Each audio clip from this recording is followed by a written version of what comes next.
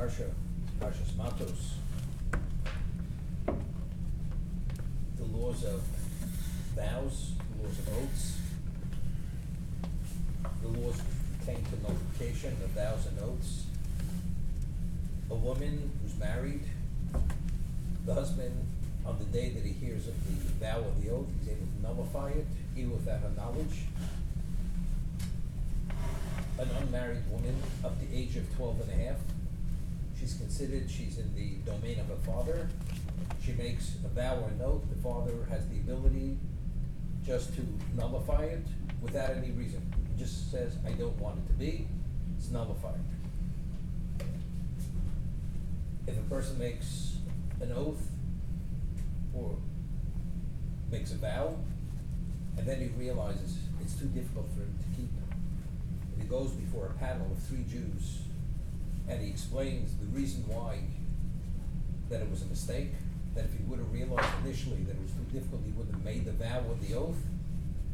They have the ability to nullify it, but the difference between nullification of a panel or nullification of a husband or a father, a panel, the basis of nullification is that they find a basis why initially the vow, there was a weakness in the vow from its very onset.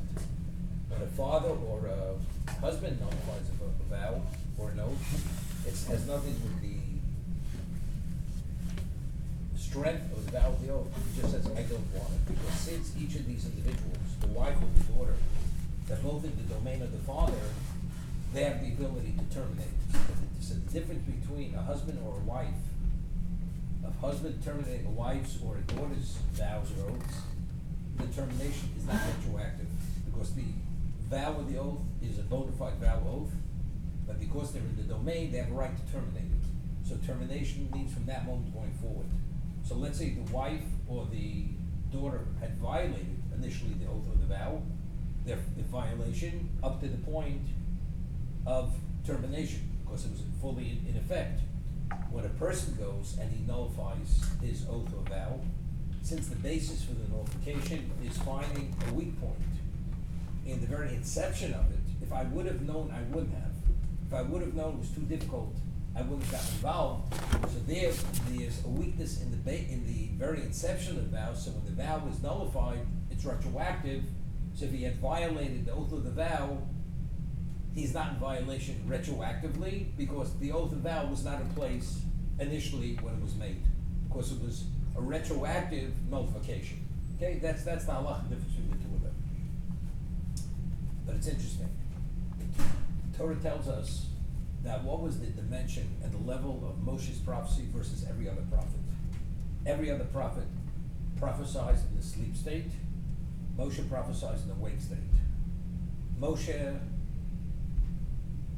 himself, because of his level of holiness and purity, his physicality was able to fully receive the direct communication with God, because even his physicality assumed a spiritual dimension. Every other prophet, when he prophesizes, he doesn't prophesize where the communication goes through the intellect, but rather it's directly to the soul. It's not something which is processed by the human faculties, because the human faculties have limitation, and the ability to receive that level of communication would be so overwhelming, a person could not survive that. So therefore, the communication is directly to the soul. The soul itself has a capacity to fully comprehend, as when the soul departs from the body, and the person is no longer alive, the soul is an entity which has full understanding, has total clarity. But Moshe, because he was at such a dimension of holiness, we find that when he went to receive the Torah in heaven, 40 days and 40 nights, he existed in a spiritual realm, although he was a physical being. Because even his physicality, although he was physical, but the dimension of his physicality was not physical, but it had a spiritual dimension. Therefore, he was able to prophesize in a wake state rather than in a sleep state. When initially Miriam had questioned the difference between herself and her brother and Moshe, she says, we're prophets, he's a prophet. Hashem says, don't you understand there's a difference between you And Moshe is Peh Daberbo. Moshe is the equivalent of two people communicating face to face. With you, when I communicate with you, it's in a sleep state. It's a different reality. Therefore, how do you compare yourself to Moshe? Moshe is a different reality of prophet. Now, the Gemara refers to Moshe's prophecy as, it's an Aramaic word, ispaklari and iro. He prophesied through a clear lens. This what means a lens. The other prophets, their lens was not as clear. Moshe, whatever he understood, was with absolute clarity. The Ramchal writes, when he speaks about the person who's divinely inspired. Divinely inspired, that person who has a prophecy. Divinely inspired, a person who immediately or suddenly he has an understanding of something, and it's only because of his dimension of holiness God allows him to be privy to certain information, which intellectually either it's not possible to come upon that information, or the level of grasp of the information, it's a level where if one comes upon it through the intellectual process, it's not comparable to what's comes about through this endowment known as spiritually divined, spiritual inspiration. When a person receives this level of clarity of something, he cannot be convinced differently because he knows it is reality. That's the most advanced level of spiritual person's spiritually inspired, which exists even today. There are many stories that when the Mir Yeshiva fled near Poland, and they went to Vladivostok, and they went from Vladivostok to Kobe, Japan, and from Kobe, Japan, they went to Shanghai during the war. There was many miracles happened, and the Mashgiach, his name was Rabbi Cheskel Levenstein, Zechat Levrocha, he was the Mir Mashgiach, he was the dean of men, and himself was a very holy man, and whatever he said, whatever he saw was always correct. There were times they were going to travel to a certain location, and he said, under no circumstance, I will not allow you to travel there. Even though, rationally speaking, strategically speaking, that should have been the direction, he said, under no circumstance. And if they would have gone there, they would have been trapped, they would have been all killed. And he was always, every step of the way during those years, from the time they fled till the end of the war, it was always what he said, that's exactly the way it was. Because he had this level of clarity, because he was divinely inspired, without a question. There was a case in when they were in Shanghai, they were housed in a warehouse because it was a very large community. The yeshiva they were studying there, a few hundred students, and he said to them they have to vacate the location because within 2 hours it's going to collapse. They vacated it exactly when he said it was going to collapse. It collapsed. Otherwise, they all would have been killed. There's a famous story with Chafetz Chaim. He was a great Torah sage. His name was Rabbi Cheskel Abramsky, Zechat Levrocha. Cheskel Abramsky had studied in Voloshin together with the Brisker Rav. Friend, they were colleagues.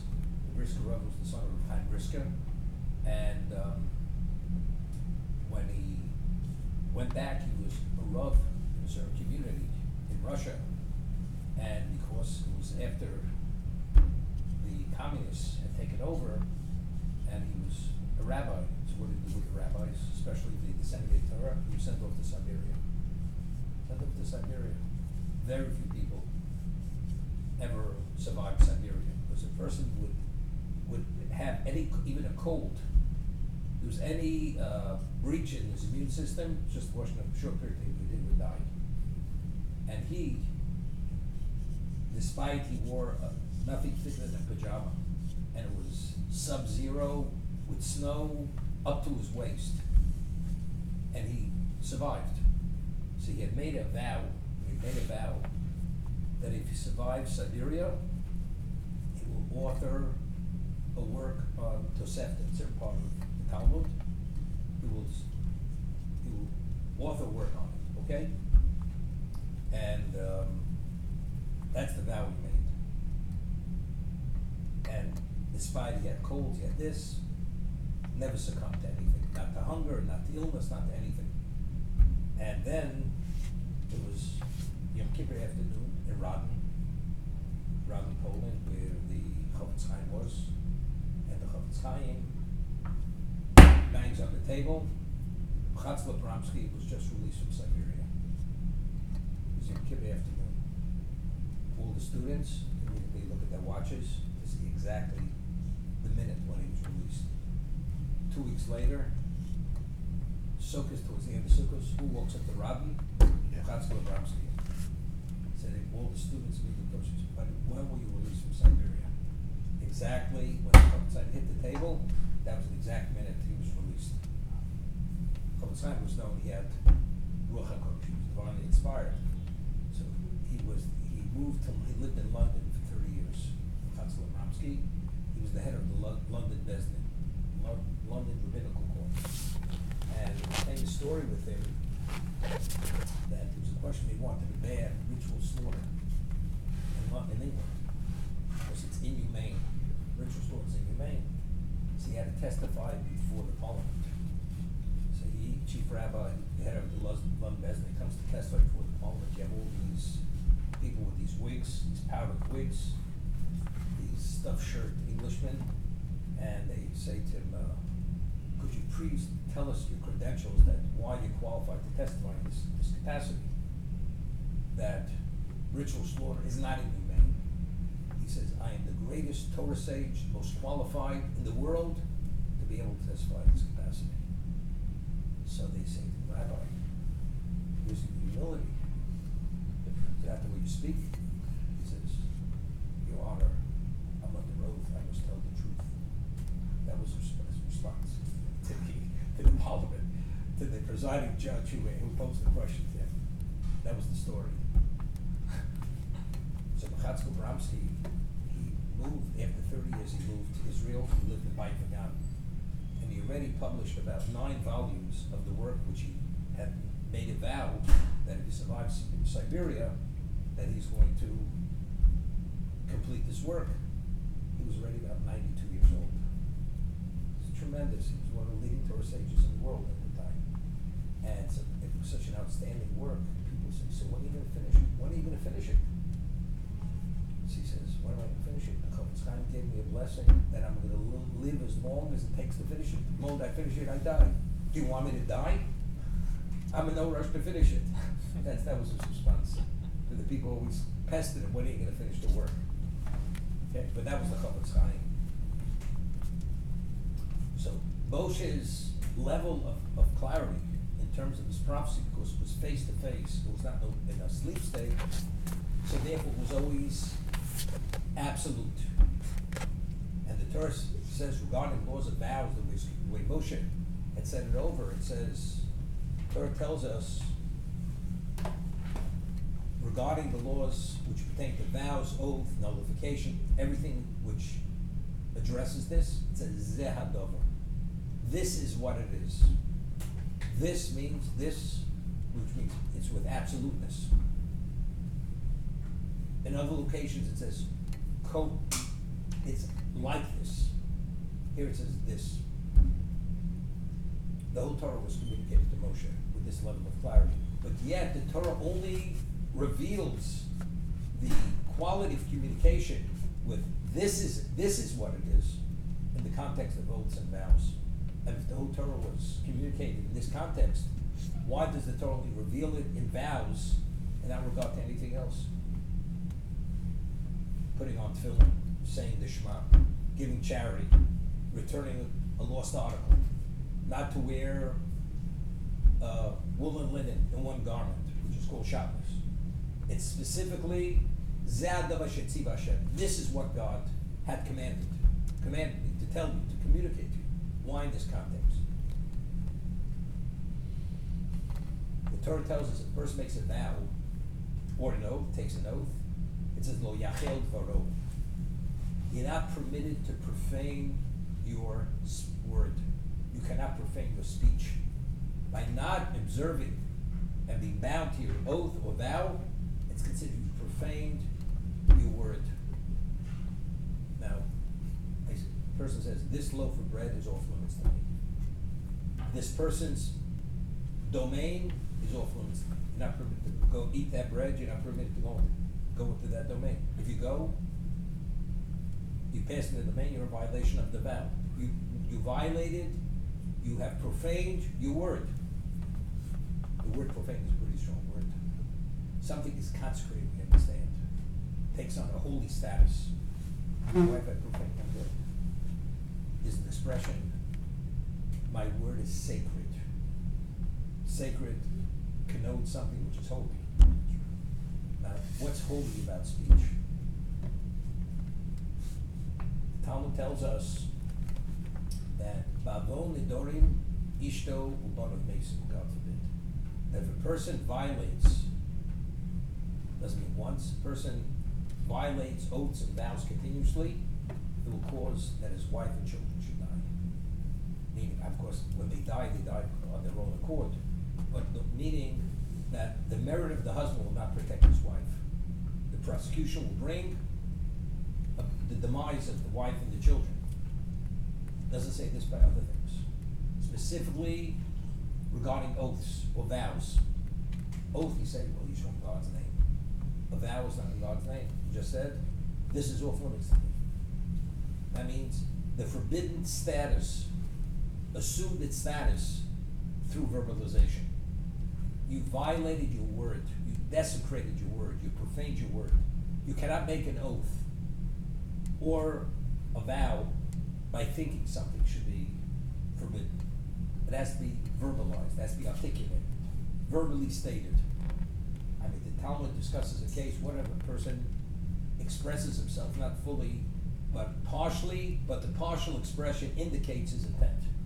So the Torah has to express itself a certain way to tell us that is the equivalent of a full verbal expression. For instance, a person says, I'm a Nazarite. And another person standing by says, and me also.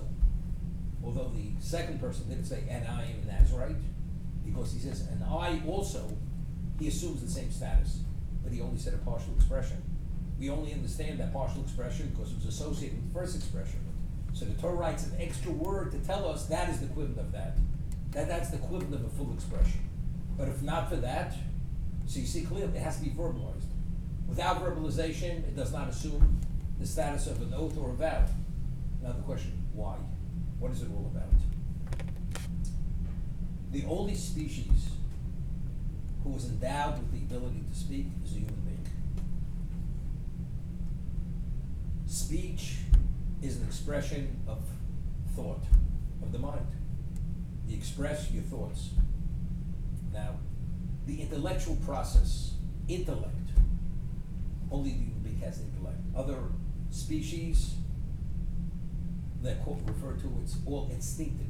It's a process, but it's not based on, it's not the same intellectualism that a human being is endowed with. Now, the only species that is endowed with a soul, what we call the Shema, is only a human being. Whether it's a Jew or Gentile, the main component, the essence of that human being is a soul. The physicality is only to facilitate the soul's function within this existence. That's what the physicality of the human being is. And this is the playing field, so to say. Yet endowed with so many years, we'll see what the record will be after 70 years. Whether you're a Gentile, you're bound to a certain prescription of life. You're a Jew, it's another prescription of life. It's a different context of responsibility because it's a different dimension of soul. Different issues have to be addressed. Okay? When did man become a speaking species? It says God blew a soul of life through the nostrils of Adam, and he became nefesh chayo. So literally means he became a living species. So there's a famous Targum Onkelos, which is the Aramaic translation, says he became a speaking species. When he had the soul infused in him through his nostrils, he became a speaking species. So the speech came about simultaneously. That was an outgrowth of being infused with the soul. Okay, now, The Gemara tells us the story. Rameir was one of the greatest Torah sages of the Mishnah period. Rameir, and he had a wife. His wife's name was Bruria. Bruria was the wife of Rameir. She was a great, also like a Torah sage, and although she was a woman, and she was the daughter of one of the 10 martyrs who were killed by the Romans. Rabbi Hanina ben Trajo was burned by the Romans because he studied Torah. He was wrapped in the Sefer Torah and burnt at the stake with the Sefer Torah wrapped around him. And Bruria was his daughter. That was Rameir's wife. So Rameir's wife was walking, and one of his students was sitting and studying. And when he was studying, he did not verbalize what he was studying. So she goes by and she gives him a kick. It doesn't mean that, meaning she made a comment to him and says, don't you realize you're wasting your time? Because when you study Torah, you're supposed to verbalize it. It has to be verbalized. Why? Because the verse says, Chayin hi lemotza'ehem. Torah brings life to those who articulate. Torah's main effect is only through its articulation. When you verbalize that, that's when it impacts on you. That's when it spiritualizes you. Of course, there's meditation, there's reflection, but initially, when you study text, you have to verbalize and express that text, verbally speaking. And then, then it brings life to those who come upon it. Okay? The Gemara says in Sanhedrin, cites a verse from Job. Adam la'omal yulod. Man was created, this is Job's words, to toil. So the Gemara asks, Talmud asks, what does toil mean? So the Gemara says, it's la'amal peh. A toiling that has to do with the mouth. What do you toil with the mouth? To speak nonsense? To speak foolishness? So it says, la'amal Torah. The toiling of the mouth means toiling in Torah. So again, verbalization of Torah. Okay? Now, why was existence created? Why did God create this existence? For one objective. For the Jewish people, and for the Jewish people that they should perfect themselves through the Torah itself. And this is alluded to in the first words of the Torah. Bereshis bara Elokim es hashamayim v'haaretz. Bereshis means for the sake of the chosen, the most choicest, God created existence. What's the ultimate, the choicest? That's Torah's the choicest. Who's the only nation who has relevance to Torah? Only the Jewish people. Because we descend from Avraham, Yitzchak, Yaakov, the patriarchs. We only, initially, if Adam wouldn't have sinned with the tree of knowledge, all humanity would have had relevance to that. But he failed. Then there were a number of generations up to Adam.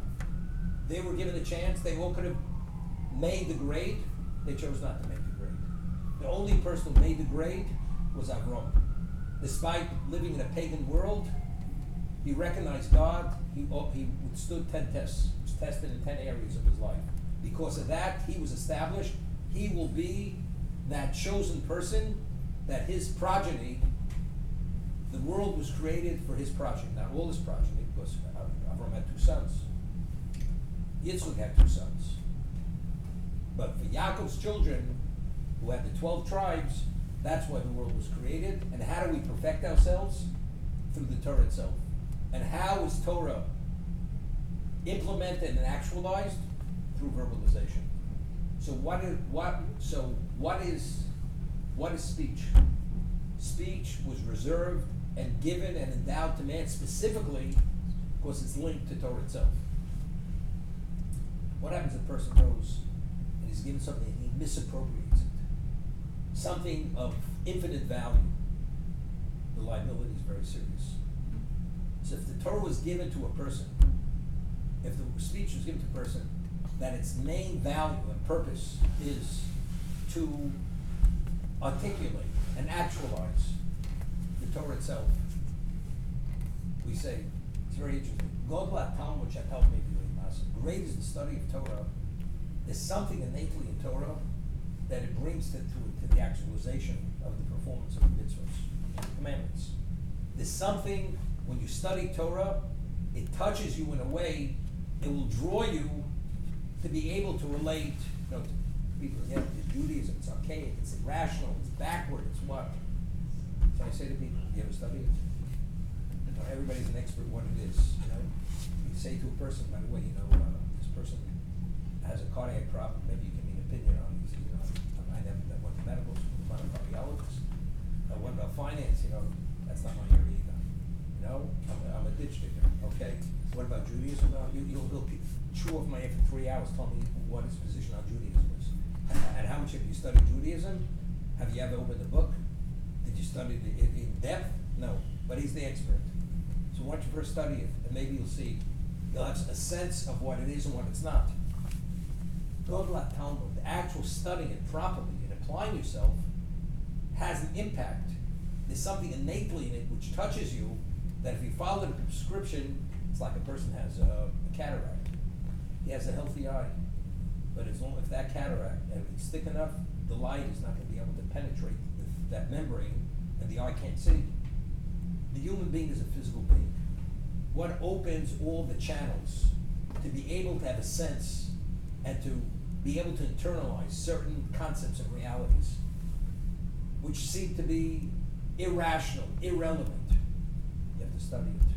And when you study it, it has to be in the right context, the right state of mind.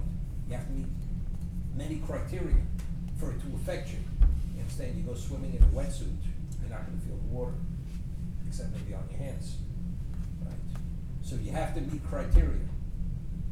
It has to be with a certain mindset. You have to have certain beliefs.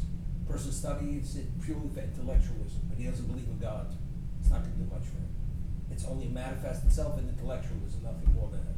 But if a person approaches it where he has the right beliefs, the right attitudes, and the right interests, and he follows the prescription as it's meant to be followed, it'll make a difference in his life. He'll be activated, and that activation will bring to actualization. So what is speech? Every function of our body is physical. Speech is not a physical function. It emanates directly from our souls. As it says, when he blew the soul life into his nostrils, he became a speaking species. So you've taken something which is spiritual, and you've created a state. The domain is off limits to me. The food is off limits to me. So how did it assume that forbidden status? What was the faculty which brought that about? The faculty of speech. By violating that, you profaned your speech. Your speech is sacred, because sacred is directly an outgrowth of the soul, which is not physical, which is spiritual, which is eternal, which is God-given. In the works of the Kabbalistic works, it's called Chelek Elokam Imal. It's a portion of God from above. That's what the soul is. Therefore, it has the serious liability. So now we understand. The person goes and uses that faculty to speak Lashon Hara, to speak forbidden speech about another person, where it has no constructive value. Very serious ramifications. Very serious. How many negative commandments are you a violation of? As the Chofetz Chaim mentioned, positive, negative commandments. And the level of prosecution that it activates, and the endless suffering that it brings on the Jewish people. How do you take something? Could you imagine a person develops a certain type of medication, which a woman is barren. When she takes this medication, it makes her fertile. It costs $100,000 an ounce. And somebody takes gallons and just pours it down the sewer. What did you do? What you denied people, that medical solution to be able to become fertile, besides the actual financial cost, it's total destruction. So if you take your power of speech, which you're able to create eternity, Torah, eternally, Talmud Torah Keneged Kulam, and you take it and you invest it in something which is forbidden, what have you done? Not only did you not create something positive, which is eternal, you created something which is the most extreme level of destructiveness within the spiritual realm. So what do you deserve? You deserve serious punishment. That there's a serious claim against that person. That's what it's about. But again, it's Zeh Dover. Where does the Torah reveal that Moshe's proficiency and status as prophet was with absolute clarity? It's within the laws of vows. Why? Because vows is directly, this is spiritual. This, the expression of speech is a physical, is a spiritual faculty. It's not a physical faculty whatsoever. A parrot could also speak. And you tell me things that it also speak. Because it's able to what? To repeat what you record on it. A parrot is no different. It's not an expression of its intellect. It's just what they call parroting words. That's all it's doing. So it's not an outgrowth of anything other than it's like a recorder. That's all it is. It's part of its function that's what it does. It hears things, spits it right back out, parrots it out. That's what it is. The Gemara tells us in one location that after we entered into the covenant of communal responsibility, Jews are responsible one another, that if a person has the ability to intervene to prevent somebody else from sinning and he does not, he carries the liability of the other person's sin. It's as if you sinned. But that's only if you have the ability to intervene to stop it from happening. Or let's say you could have encouraged something to happen and you did not. Whatever the liability to that person is, that's your liability. This is the covenant known as Arevus. Kol Yisrael Arevus. All Jews are responsible for one another. What about if you didn't have the ability? The person would have fallen on deaf ears. He would have listened to you. Then there's no liability whatsoever. It's only if you could have made a difference, and you didn't make the difference. What about when it comes, a person is swearing falsely, or taking an oath in vain? What about there? So Gemara says, it says in the Ten Commandments, "Lo sisa shema shov," you should not pronounce my name in vain. So a person swears falsely. It says when God said that, it says the earth shook from end to end. It was so profound that the earth trembled from that. Meaning of just thinking, the angels, what it means to profane the name of God. So, or it says that the person takes an oath, a false oath, or an oath in vain. Even if you did not have the ability to intervene, there is a fallout to the whole world. Because factually, God's name has been profaned. Because an oath is God's name. So the Midrash tells us, it's interesting, the Rambam, in the laws of Deos, this is proper, how one has to behave. For instance, the Rambam was a doctor. Not only was he one of the greatest earlier commentators or codifiers, so the Rambam writes over there that speaks about the characteristic of anger as a characteristic. He says it's one of the most negative characteristics of anger. It's based on the Gemara. Gemara says when a person becomes angry, you really have no control over yourself. And there's not knowing what a person can do. You're endowed with the power of choice. When you go into that mode, you don't have much choice. And therefore the Gemara says, the person who allows himself to become angry means really incensed. You're like an idolater. Why are you like an idolater? You're a pagan. Because when a person goes into that mode and your evil inclination tells you to do something, do it. There's an expression, you cut off your nose to spite your face. Right? Whoever heard of such a thing? You're upset with your employer, and you need your salary to support your family. But somehow he touched you in a way and you're incensed, and you're going to tell him off. So your friend says to your colleague, you tell him he's going to fire you. You're not going to have, doesn't make a difference. I will tell him off. It doesn't make sense. It's foolishness. You're only hurting yourself and your family, and the person doesn't. Foolishly. The person cuts off their nose to spite their face. That's what it is. So Rambam speaks that anger is one of the worst characteristics. But he says there are times the person has to get angry. If you see something which is unconscionable, you get angry. But he says even though you're permitted to get angry, but don't do it too often. Why? Because if you do it too often, you're going to get angry for things which are not appropriate to get angry about. Because it's a conditioning process. Once you condition yourself in something negative, although it was permitted in that particular context, but ultimately, once you condition, you're vulnerable to anger, even something of lesser importance. That's the Rambam. So the Midrash says, regarding taking vows, that means you're making a statement which prohibits you. The moment you take a vow and you don't abide by the vow, that means your words are not that important. So God says, I don't want you to make vows. And if you make vows, you bow to your vow. Because ultimately, you're going to take oaths and you're not going to keep the oath. So really, it's almost like a fence. If you allow yourselves to be loose regarding not to be bound by your speech, when it's really serious, because you're already conditioned to be loose regarding your speech, your commitment to your verbal commitment, you can be loose when it comes to something of greater value, and there it's unforgivable. That's the concept why violating the lesser serious area is so liable, because it ultimately will cause you to violate the more serious level, which is oaths. That's the midrash.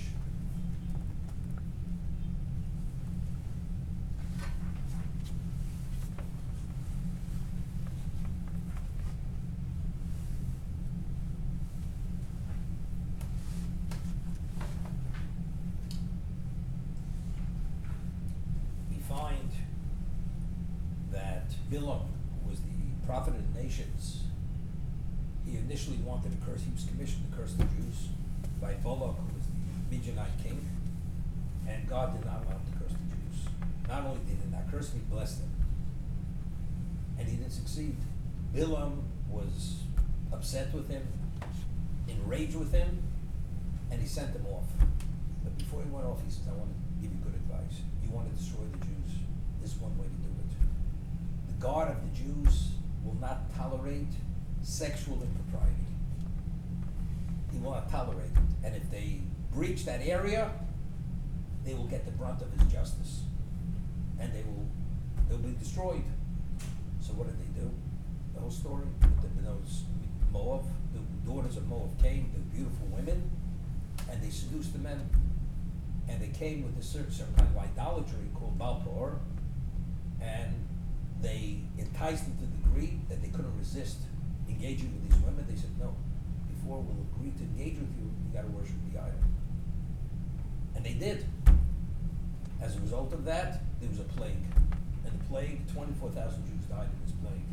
The plague was ensuing, and if Pinchas wouldn't have killed Zimri, who was the prince of the tribe of Shimon, and Cosbi Basur, who was a Midianite princess, all the Jewish people would have been destroyed. That was how strong the prosecution was on the Jewish people at this moment.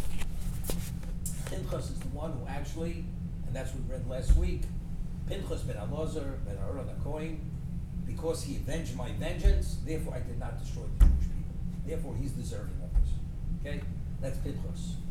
Initially, well, why did he have a right to kill Zimri, who was the prince of Shimon, when he was cohabiting with this Midianite princess who was public knowledge?